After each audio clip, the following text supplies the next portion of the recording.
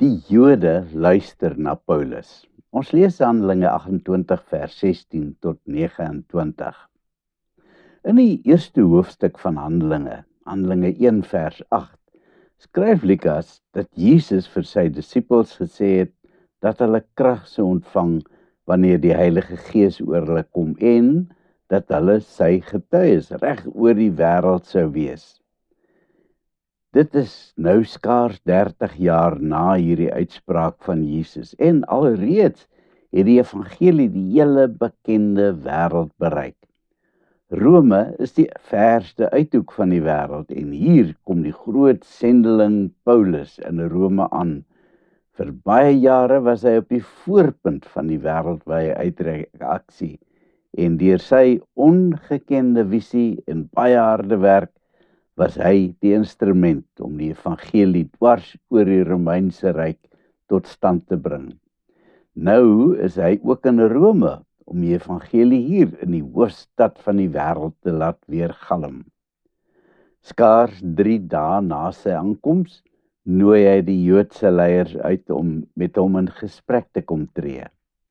Die eintlike doel van sy uitnodiging is om te probeer vasstel of die Jode in Rome daarop uit is om hom ook te vervolg soos die Jode van Jerusalem.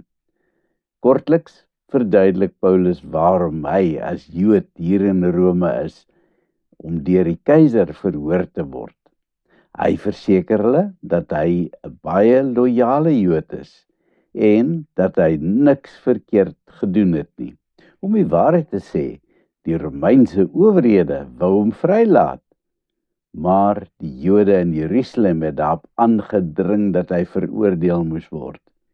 En sy enigste aanklag was dat hy vertel het van die Messias, die een wat sou kom, soos die Jode mos glo.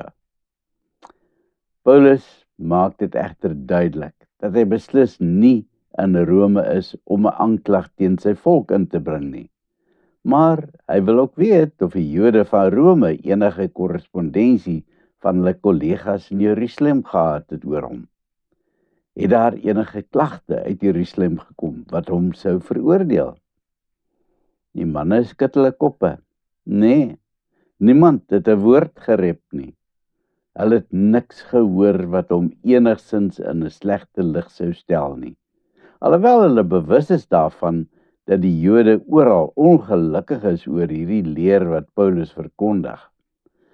Hulle sou graag uit sy eie mond wil hoor waaroor dit dan alles gaan. Paulus se hart klop sommer 'n slag vinniger. Hier kry hy alweer, sommer met die intrapslag, die geleentheid om met sy Joodse broers te gesels oor die evangelie. Kom ons besluit op 'n datum. Nou kom sien julle my. Ek sal julle met groot graagte alles vertel omtrent hierdie leer van Jesus. So gesê, so gedaan. En 'n paar dae later dag daar sommer 'n klomp Jode op om te kom luister na wat Paulus te sê het. Vroeg daai oggend pak hulle Paulus se huis vol met groot afwagting en hulle word nie teleurgestel nie. As jy dalk nog steeds dink dat jou dominee se preke te lank is, dan moet jy beslis nie kla nie. Want Paulus se preek duur van vroegoggend tot laat aand en die Jode hang steeds aan sy lippe. Paulus verduidelik vir hulle breedvoerig uit die woord van wat alles beteken. Hy verduidelik van die magdom profeseë wat almal presies net so gebeur het, soos wat Jesaja en al die profete voorspel het. Hy maak die wet van Moses vir hulle duidelik, soos wat hulle dit nog nooit voorheen gehoor het nie. In kort kom Paulus se boodskap daarop neer dat Jesus hierdie Messias is, wat alles kom vervul het wat in die wet van Moses en die profete geskryf was. Paulus praat sy hart uit en die wonder gebeur dat 'n klompie van die Jode die lig sien en ook gelowig word. Maar nie almal is oortuig nie. Hulle skud hulle koppe Die ou Joodse tradisies is te diep in hulle ingegrafeer om nou 'n verandering teweeg te bring. Wanneer die Jode laat aand op die punt staan om huis toe te gaan, haal Paulus vir oulaas vir hulle aan uit Jesaja 6 vers 9 en 10 om hulle hopelose situasie in woorde uit te druk. Hy stel dit vir hulle dat hulle presies is nes die mense aan wie Jesaja geskryf het, want hulle sintuie is afgestomp. Hulle bly onaangeraak deur God se boodskap, omdat hulle nie wil hoor nie, en hulle lewe kan dus nie vernuwe word nie.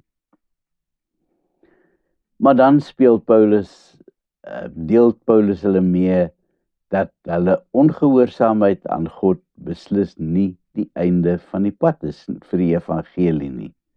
Dit sou beslis nie die blye boodskap aan bande lê nie, want as die volk van God nie wil luister nie, sal God se boodskap van verlossing weer galm in die wêreld van die heidene.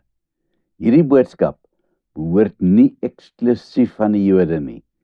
En nou moet die Jode van Rome hoor dat God se reddingsplan vir alle mense is.